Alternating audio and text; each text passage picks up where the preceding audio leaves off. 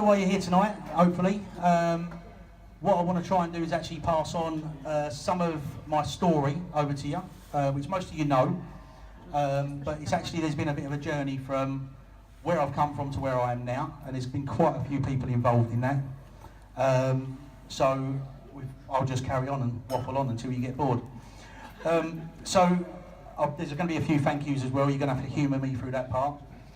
But basically, October the 7th, 1996, at midnight, I received a knock on the door. Actually, you can read the rest, mate. I'm not telling you anymore, that's it, you can read it. So just over 21 years ago now, I was the victim of a brutal knife attack. A couple of guys knocked on the door, stabbed me over 20 odd times in a violent attack in a case of mistaken identity. Basically, it was a professional hit that went wrong. Clearly, from my point of view, it went wrong. It was either wrong house, wrong guy, both. We don't know. But that was the beginning of a very, very long drawing everything out of me, as much as I could possibly put in the book, so you understand what I went through. No mobile phones, please. So, the impact the book's had on me writing is actually something that the Americans call closure. Now, with closure, that sort of puts things to bed for you. And if there's anybody in here who's ever suffered any form of mental health or understands anyone that's actually been through mental health, closure's a massive thing. Now, something I didn't believe I actually needed until I wrote the book. It wasn't until I wrote the book and finished the book that then I realised I've just got closure. So thank you for the Americans for that saying. So Donald Trump is here now. So, now, in all fairness, as much as this has been a massive journey for me, I've not done it on my own. There's been people around me, there's been the charities I worked with originally, there's been family, friends, work colleagues that have all helped me through this. So what I want to do, and this is where I want you to just humour me a little bit, I'm going to thank a few people. I'm not giving out flowers and all that old crap, I ain't got time for that. So I'm just going to be saying a few thank yous, and hopefully these people know that I actually mean it. So what I'd like to do is I'm actually going to give one award out. All right, and the award for the best parents goes to my mum and dad. There isn't a prize. Let's get rid of this crap. So, now the thing is, what people need to understand is, those of you parents in the room, you'll understand that it's not just me that got stabbed. It may have been physically on the night, but personally, it wasn't. There's many, many people that suffered, especially my mum and dad who are there now. You're not going to start crying now, are you? You'll wait a little bit. So, but the important thing is, what I want to try and get from this book is actually positivity. It's important for everybody to understand that actually I've come out the other end.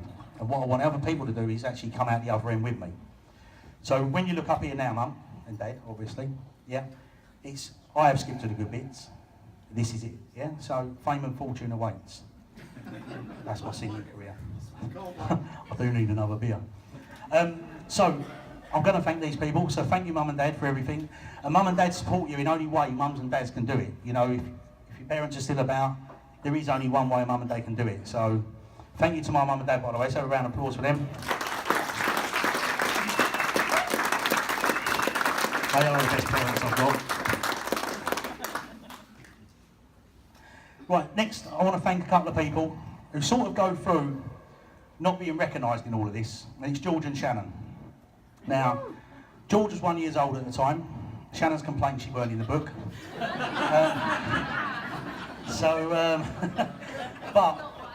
But they've both grown into two very, very incredible people, and much of that is to do with Wendy. She's done a decent job on parenting, because quite frankly, I was sorting myself out. So, yeah, so George and Shannon, can you be quiet over the back, please? So, and they are both now honest, hard-working, happy people. Well, happy when Chelsea are not losing, George, eh? So, seeing these two grow up into the people they are gives us two, myself and Wendy, great joy, and for that we are very, very grateful. What I'd all like you to do after this, not to buy another book, unless you want to. Shannon's built my website for me, so when you go on to darrenbarden.com, little pun, DarrenBarden.com. Shannon has designed all of that herself, got it up online, and the book's available on there as well. Not till tomorrow. Right, so George. George's claims to fame. So first of all, he'd like to be thanked, and he's asked me this one, because no one ever actually thanks him from getting me home from the pub. And he has assured me there's a few stories he wants to tell himself. But also, if you look at the book, the front cover was actually designed by George. So well done, George, wherever you are in the room. Are you trying to leave early? Then my Auntie Kath. Well, I've lost her. It's the spotlights, Kath. She's not standing. My Auntie Kath took the trouble to write the foreword in the book, which, as I've said earlier, you know, if you're family and you're close to me, there's certain things about the stabbing that are hurtful to you, and only you will understand that. So for me, Auntie Kath to actually write this down and do the foreword in a very professional way, as well as being sort of family orientated through it, but getting the message across. She's done a great job. And when you read the book, you'll appreciate the foreword in there.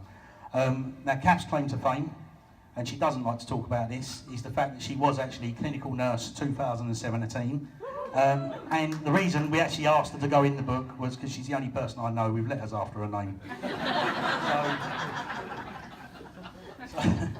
And that's very true, actually. There's 4 other people as well, and like I say, if I haven't thanked you tonight, it's not because I don't care, it's not because I've forgotten you, it's because I've only got the hall till 10:30. But there are 4 people. Stuart Beck, wherever he is he still here or has he gone home? Oh no, he's got to go to Yorkshire. These 4 people that I'm going to name now are friends, but actually more family, and probably in some cases closer than family. And they've always been there, whether they knew it or not, and how much it was appreciated, I don't know. But certainly these 4 people are very, very important to me, Wendy, and both George and Shannon. To Stuart Beck, Debbie McGee, that's the real Debbie McGee. Peter Dench, for I'll keep our stories quiet, Pete. And Rob Hurst, just for making me laugh on a golf course. Right? It has a ripple effect throughout the family. And what happened with my sister was she then took it upon herself to actually sort of channel her efforts and her emotion into helping, but in a sort of silent way.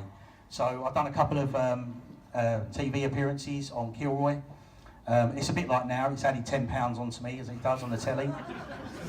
This is obviously doing the same. But Teresa went on and done that, and unfortunately what happens is I was tied up in my own little world, getting over me, you know, the stabbing on my own.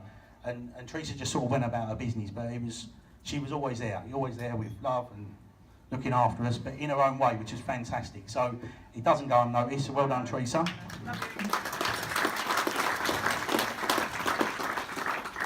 More recently, over the last couple of years, I'd like to thank my work colleagues who are all here tonight, and mostly because, as I've said, you get a work-life balance, and when you get a good set of work colleagues, you can get them eating target, which allows you time off to write a book. So, which is great. I'll keep forgetting my governor's here. So, so thank you to Hilty and all my work colleagues that are here now. So, I'm not going to do the bit about twins, Pat, we're all right. Okay. So, also the charities. Now there's 3 charities in the book. One of them's victim support, and victim support have been with me from the very, very start. So just after the attack, they were the first there. And actually some say they turned up quicker than the ambulance, but it was a Monday night. So, so firstly I'd like to say thank you to David Paget for coming out of his way tonight. David, I don't know where you are at the moment. Over the back, he's over the back there. So David works for a great charity called Victim Support. Now, victim support have got an issue because if we accept as a society that we need a charity called Victim Support, then actually we're accepting there's bad shit out there, and we don't like to do that. So Victim Support have a real tough battle on their hands, raising money from the government, and back when myself and Ronnie Ayres, who's over there I'll talk about in a moment, were involved with Victim Support, there was actually 52 charities back then which were dedicated to prisoners, criminals, families of criminals, and there was one for victims. Now there is several, but it's still way behind, and that's something we need to change in this country as well. I'm not going to do a political speech, all right, Joel? That's for you, mate. So, yeah, so victim support do a fantastic job. If you're a victim of a violent crime, they're the ones that are there for you, and they'll support you through the whole process, which they did for me very, very well. Going on from victim support now. Yeah, okay. Going on from victim support now. Back then, there was a lady called Ronnie Ayres, who is over there for me, and her husband Dennis. I'm sure you've retired now, Ronnie, yeah? Maybe a couple of years, yeah? As I said earlier, you know, friends and family, you can thank them all, but sometimes you need someone who sits on the outside of that, who can take an objective view and have a look at the situation. And Ronnie done that. And Ronnie is probably one of the reasons, outside of the people I've mentioned, that I'm actually here today. And it was the early days that really mattered, going through the Criminal Injuries Compensation Board, as I did. It's something I talk about in the book as well. I was the first ever case to take the Criminal Injuries Compensation Board to a tribunal. I lost, government versus government, you're never going to win that one. But Ronnie guided me through the whole process there. It was a process that possibly no one in this room understands or has been through. But what it is basically there's a fund set up to compensate people of violent crime, innocent victims of violent crime, which I was then done. So I went through the process, got treated like a criminal, thrown out the door, and they gave me £2,000 and told me to shut up and behave myself. They were appalling. 20 years on, I'm hearing the same stories. I don't think that's right. That needs to change in this country as well. Joel, you're on a mission, mate, yeah? All right, you've got a lot of work to do from tonight. So, victim support, I'm allowed to say these things. I'm not sure mine, sorry Steph, sorry. So, we have Steph Mills here from Mind. She works for one of the regional charities within Mind, which is, and I have to get this right, Mid and North East Essex Mind. Is that correct, Steph? Yeah. Who they do some fantastic work, and what they've done, they've actually put mental health at the forefront of number one, the country, number two, the government, and making things change. And that's what they're really trying to do, and they're supporting people with mental health from 5-year-olds up to any age, basically. And they do a really, really good job. And what Mind have done now, they've actually supported the book, which I'm really, really pleased about. So thank you, Steph.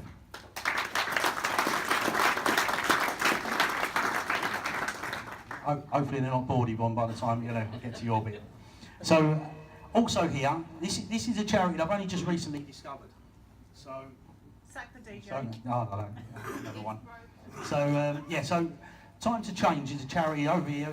The lovely Yvonne is here. What Time to Change are trying to do is they're trying to change the perception of mental health in the workplace, in schools, in all sorts of environments. Socially, change how we feel about mental health. For me, it's more about how blokes feel. You know, being able to put your hand up and say, I'm a bloke and I cried, you know, you should be able to do that now. You should be able to say to yourselves, you know, look, I've got an issue. And we can't. We can't as a society, we hide it. Women do it better than blokes, to be fair. But actually, as blokes, I find it, the more and more people I speak to, when I speak to them and say, listen, I suffer with depression, suffered, not suffering. When I suffered with depression, I was alone, very, very alone. And no matter how much support you got around you, it's a lonely bloody place, it really is. And what I want to try and do with Time to Change is actually change that, so blokes can stand up and go, you know what, I've got a bit of an issue, I need someone to talk to. So Time to Change, hopefully you're going to hear a lot more of them going forward. They work in conjunction with Mind, is correct, Yvonne, yeah? So, and what I'm also going to do, I'm going to get Yvonne to stand up in a little while and just tell a little bit about Time to Change, a little bit more accurate, because I've only just discovered them, so they're fantastic. Through the story, closer than anybody else, seen the darkest days. And when I say dark days, bloody dark days. Yeah, so there's one thing that this woman, Wendy, my wife, I don't know if you know your name.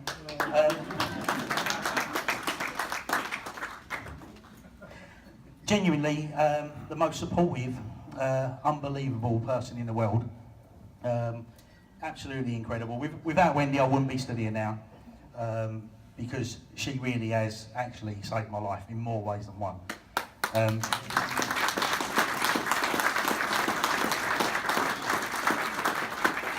So, I've not given out anything tonight. I'm not giving out flowers. Wendy don't do flowers, she just kills them. But I actually think she does it deliberately when I do them. But there is one thing Wendy wanted, was the very, very first book off the press. So I spoke to Richard and I said, I need that to happen. So Richard said, it's done, and this is it.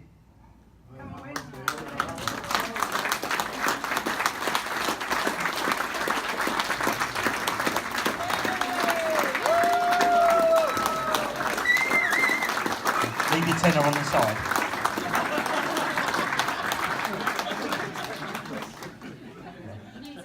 Deb, get that tenner off her. So, and that's basically it. The idea is you're going to read the book. Well, you've got to buy the book first. Yeah, so buy the book, read the book, tell other people about it. Not because, I mean, yeah, obviously I want to sell a lot of books, that goes without saying, but what I want to try and do is actually help others. I do genuinely want to give something back, because I'm fortunate to still be here, because as I've said before, there were some very, very dark days, which you'll read about. But yeah, I want you to buy the book, I want you to read it, I want you to absorb the information that's in there, and have a look around you, because I think it's a known fact, Steph, you bear me out, one in four people suffer a mental health issue, mental anxiety, mental illness, whatever you like to call it. So, you know, there's quite a few of you in the room that need some help. I know. Yeah, I've been drinking with some of you. So, yeah, so anyway, without further ado, what I want to do now is get on my Facebook, get on the Instagram, share the life out of that, buy the book, tell everybody else about it, and then just do a bit of socialising and mingling, and that's me done for now. But I want you to speak to Yvonne. Yvonne, have a couple of words before I wrap up, all right?